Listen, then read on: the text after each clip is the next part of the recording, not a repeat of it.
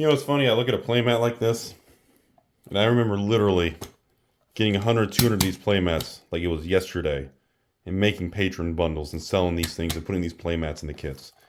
And here we are, opening boxes of Uprising from Flesh and Blood 2.0 for the patron James D, all the way in 2023. Isn't that amazing how quick time can fly? So I picked out some special boxes for James. We got one right here with a special air vent system where I peeked in, and then I x-rayed, well, whatever, we'll just open it. Where I x-rayed all the legendaries. So this box is going to contain at least one legendary, fabled, and everything. So see that? We got a special box here, folks. Ooh, this one may even be damaged. So let's open this one first. Maybe we're going to get something good, James. But no, in all seriousness, we're gonna have some fun here, folks. We're gonna look for some goodies. And let's move this aside here. And sit back, relax. We're going to have a conversation about Uprising. Oh, yeah, the pack order is different again. God, it drives me crazy. All right, guys. LSS, you got to make the pack order the same. You're killing me changing the pack orders on all these products. Foil common. It drives me crazy because I bounce around between box openings, and it flipping drives me crazy on these things, on which ones are the order of the pack. Oh, wait. Now, this is a good one. Now, we know this one's a damage pack that we're selling to patrons. So this one should have our legendary. No. Cold foil legendary. Wait, come on. Anything? Here it comes. No, nothing good here. Dampen. Hey, all you got. Our first Majestic of the box and our first foil rare of the box. Not terrible, but, and again, I'm not going to trigger everybody. We will check for cold foils in the back. I know. So anyways, sit back, relax, everybody. Uprising was the first set in the Flesh and Blood 2.0 launch era. And it was met with a lot of skepticism, including myself there. But, as we all know, at this point in time, well, it really worked out quite good. Godly, the art on these things blows my mind. Like, Wizards would never do artwork like this. Flippin' gorgeous crazy. And, like I said, Uprising was what, the 7th? 7th release. And we've already had 9 releases. And we got the big bad boy, the 10th release, Foil Rare Flex. We got the big bad Dusk Till Dawn. 10th Flesh and Blood release coming up, everybody. What a time, man. What a time. So yeah, a lot of people are skeptical.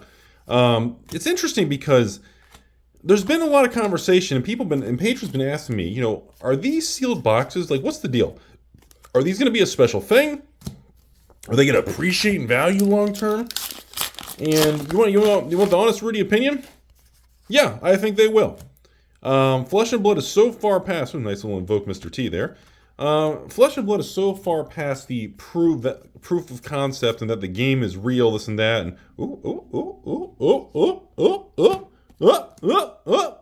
we, ladies and gentlemen, we have ourselves the cold foil common. It's just a common. Nothing crazy. But we got ourselves that beautiful, beautiful cold foil common.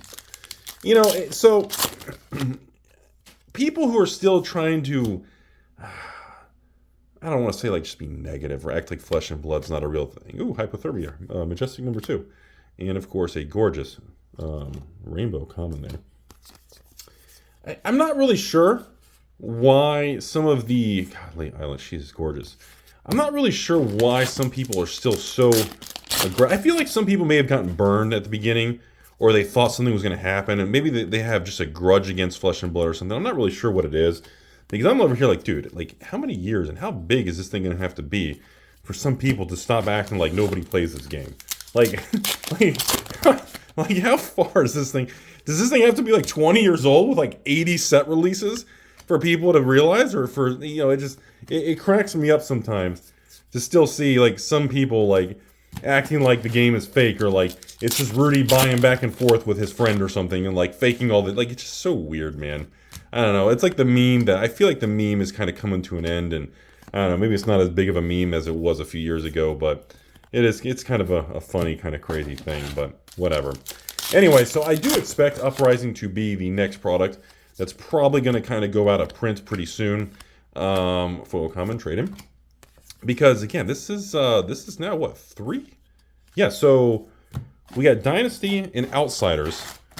So we got Dynasty and Outsiders, right? So yeah, so with Dusk Till Dawn coming in a few months, so you're talking 3 sets back. Once you start hitting 3 sets back, ooh, Majestic Tomb. And ooh, burn them all. Foil Majestic. There's our Foil Majestic for the box. Okay, there's a nice little hit, folks. Once we get so far forward, I just don't see the company, going to order another wave or anything like that. Like, Uprising was kind of that big, shift to 2.0 fab, and I don't know. I feel like people, same thing with like Dynasty. I feel like people aren't really giving enough credit to Uprising Dynasty. Like, Dynasty was a small supplemental set. What, Crew 2.0? And I just these things are getting old, man. And, there's going to be, that random announcement that always happens in the CCG world and people go crazy over. And that announcement is going to be that, well, so-and-so is out of print or is out of stock or whatever it may be. And then the market's going to panic and everyone's going to be like, oh, God, Rudy, do you have any for sale? And, channeled the Black Expanse. There's our nice, majestic, beautiful foil comment on that Seeping Blow. And, and I'm going to say the same thing I say with every other release. And I'm going to say, sir, this is a Wendy's. Please pull forward. No, I'm kidding. No, I'm going to respond with, I can't talk right now. I'm eating crayons. No, I'm kidding. I'm going to say, dude, I've had this for sale for like a year. And now, right when it goes out of print, you're in panic mode, wanting to buy everything because now it's out of print and you can't get it and stores don't want to sell everything. And, I'm like, dude, people have so much time to make these decisions on, collecting all the cards, buying all the cards, collecting the boxes, if you want to invest in the boxes, you want to keep them sealed, you want to flip them, you just want to open them and sell singles. You've got so much time to do that. Acting like, until the news drops, and then, look at that. Nice little Invoke Mrs. O over there, huh? Acting like you're surprised when stuff like that happens always just gets me, man. It's just people trying to procrastinate and time the very last minute, and then they get upset because they waited too long. It's the tale as old as time. It's been going on in the Magic world forever, man. Hey, Freezing Point Majestic again. Wow, a lot of Elemental, a lot of Wizard and Ice Majestics in this particular box. It's like our third one, I think. So, that's kind of, I don't know. I feel like that day is coming a lot sooner than people realize. But let's put it this way. You really think we're going to go into 2024 and, I'm still going to be selling cases of Uprising and it's going to be getting restocked 20 times? Like, do you really think that's going to happen? Like, come on. Oh, do we get a cold foil? You get a cold foil? Wait, wait, hold on. No, it's a rainbow foil. I got excited over nothing. And I'm just like, I just don't, like I say that, I remember having these conversations with everybody about a year to a year and a half ago about the Unlimited. Because I had WTR Unlimited on my monthly, patron thing to everybody for, oh my god, Invoke the End and Brothers. I swear I had WTR Unlimited for I think it was $209 for a case. It's like $50, $60, or $55 or $59 for WTR Unlimited shipped. In the last 3 months, I had it on the list of the patrons. Nobody bought it. I think 3 patrons, 0.001% of patrons bought it. And then you guys know what ended up happening with it. Well, Rudy, yeah, you hoarded it all. No, I couldn't sell the rest, and I said, okay, fine. You know what's going to be funny? Let's put these as redemptions and just have all these things and give them away in the 6.9 kits. Ooh, Spreading Flames and Frosty. So literally, I took the last 100 cases of my WTR Unlimited, my ARC Unlimited, and the last 25 of Crew Unlimited. I think it was 25. It wasn't that many. Of Crew Unlimited. In cases, not boxes. And I made redemption cards, and I put them in a couple hundred 6.9 kits. And most have been redeemed. I think there's maybe a little bit left now that have not been redeemed, but most have been. And I ended up doing that, which is funny, because at the time, I said, okay, well, these are going to have a value of about, I'd say probably each case is worth maybe $250. So I'll make sure there's enough value of something else so they at least get around that $500 value marker. And, what ends up happening is, the cases double and triple. And now a case of ARC is the whole price. If you get a redemption case, which 106.9 kits have cases of ARC Unlimited. Cases. As a redemption item. So you get that, literally, you get the whole 6.9 kit for free. It's hilarious. Ooh, Breaking Point again. And Foil Column. But it's just funny because that's how quick perspective, oh god, that's beautiful. It's how quick things change in the card world. And people are so impatient and they don't see the flippin' stupid long game and they get so emotional, they make dumb decisions, man. And I just constantly see this kind of thing over and over in all the years I've been doing this. And it's, Invoking the K. Ooh, hit the camera there. Hello. Cold foil Invoke the K. There she is in all her flippin' glory. James, my man. Oh, baby. Like, that's, like, I don't know what the value is of that, but what an amazing, like, Uprising is such a fun box to open, man. There's so many cool fucking hidden things, man. Anyways, and like I said, and I'm looking at this stuff, and like, the unlimited era just cracks me up. Because I left it for so long to patrons. And at the last few months, just nobody would touch it. Everybody was so negative. And again, I was pissed off too because the market was crashing. So again, I also have to admit, beautiful artwork. I have to admit too, I was negative too. So it wasn't just everybody else. I got to take some of the blame too.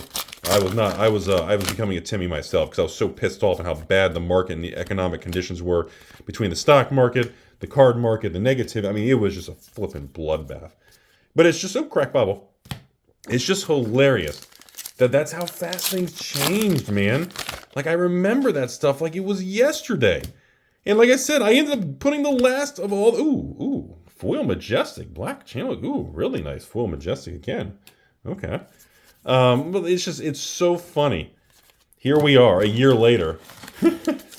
And like a patron was telling me, hey, Rudy, I finally opened my 6.9 kit. I got a whole case of ARC Unlimited or WTR Unlimited as a redemption. Plus, I got a $500 Sue Ellen beta card. Or I got, a 69 pin. Like, it's like the awesome positive responses all over the place where it was just a hell of an experience. And again, you don't see all that online. Everyone just acts like everything went to zero because that's just the internet for you. But there's just a lot of cool stories like that, man. And I like to remind people of the Unlimited Flesh and Blood thing because, Mr. Eraseface making the first appearance of the day. Mr. Non-foil, but still, first appearance of the day there. But I tell people all the time, I was like, time will change how you feel about a product, a price, or an item. It will not stay the same as we march forward. Things shift. Your view and attitude is going to change as products age. And I think people just don't really take that to heart.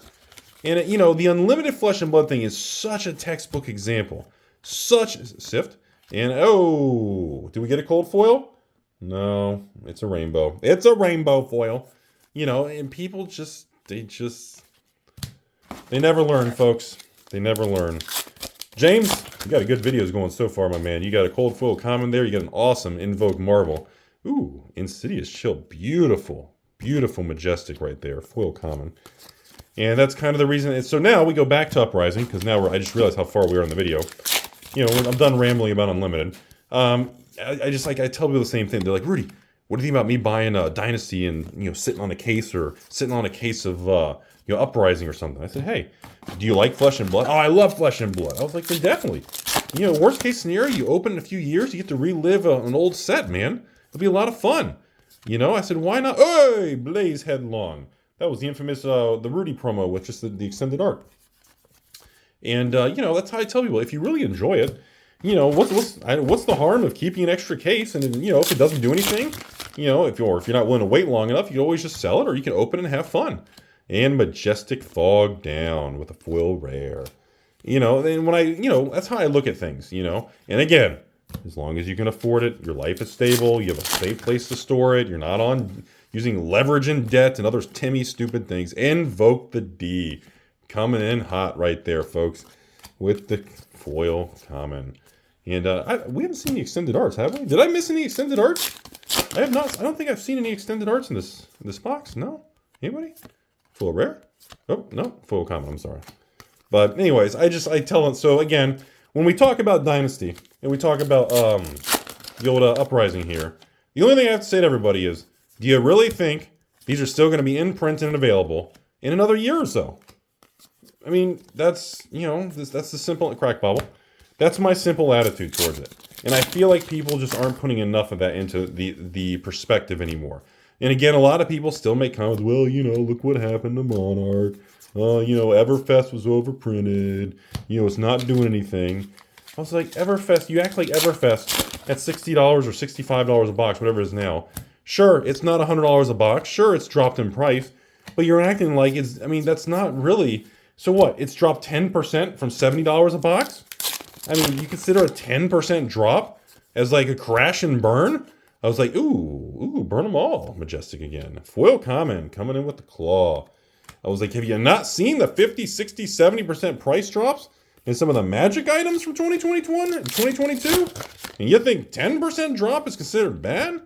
And on top of that, how old is that? Ooh, cold foil. I'm sorry, just rainbow foil. I was like, are you not aware? Like, you're acting like these products are like 3, 4, 5 years old and they're all tanking. I was like, these are not 3, 4, 5-year-old products. They're not even that old, man. How can you act like everything's gone to hell and bad when the product's not even that old? Like, every Flesh and Blood product that is old, that's actually the original block with the, has done really well. And like I said, now, I mean, I tell you what, folks, we're at the end of the video. No one's watching anyways. Last pack, James. Then I'm gonna make some hot takes here about Monarch and some fun things. We're gonna have some fun. We're at the end of the video. No one's watching. Invoke the M and a healing bomb. Come on, extended. Marvel. Yeah. Ooh. Look at that. Look at that. Last pack. Nobody's even watching. Glacial Horns. Flipping cold foil. Look at that shit, James. 2 cold foils and a Marvel. My man. Oh, such a good product to open. Anyways, I just want to make a hot take here. Can you imagine the next couple years as Monarch First Edition and some of these things age and everybody made fun of it and Monarch starts going to $200, $300, $400 a box in the years from in the next 5 years? Can you imagine how funny it's going to be when everybody made fun of it? And all these old YouTube videos of the crash and, Rudy sold Monarch. Yes, I've sold every Flesh and Blood set. Some went down and some went up. Don't tell anybody. What a concept. Oh God, look. It's going to be so funny in a couple years in the future when some of these things start going up and hitting highs and new all-time highs, and Crucible of War hits new highs. Tales of Aria, which has never been over $100, $150. That thing goes to like $150, $200. You start seeing in Everfest, which has never been over $100 for first edition Everfest. Can you imagine how hilarious these videos are going to be? Oh man, take some of the old clips and snippets of other YouTubers bashing Flesh and Blood and no one plays this. Oh my God, it's going to be priceless, man. Anyways, James, great video, man. Enjoy all the cards heading your way. As always, folks, I know we have a lot of little giggities and memes in this channel, but I hope you guys learned something. Again, you never tried Flesh and Blood. Seriously, you should give it a shot. It is a tremendous amount of fun, and there is a reason why Flesh and Blood is getting ready to launch its 10th separate set, not even including First Edition Unlimited from the beginning, and supplemental products like classic dual decks and blitz decks. We're talking 10th release coming out already. That's how far the world has come in this thing. It's unbelievable. So have a great day, everybody. Be safe.